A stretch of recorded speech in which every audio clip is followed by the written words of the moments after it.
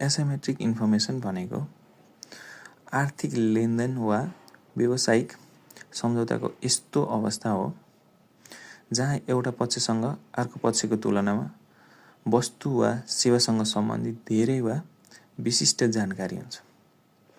यस्तो अवस्थामा दुवै पक्षसँग समान स्तरको ज्ञान नहुने हुँदा सूचनाको सन्तुलन बिग्रन्छ र जसले गर्दा कम जानकारी भएको पक्षले गलत निर्णय लिन सक्ने र बजारमा नयाँ समस्याहरू उत्पन्न हुने जोखिम रहन्छ। उदाहरणको लागि हामीले सेकेन्ड ह्यान्ड गाडीको किनबेच लिन सकिन्छ।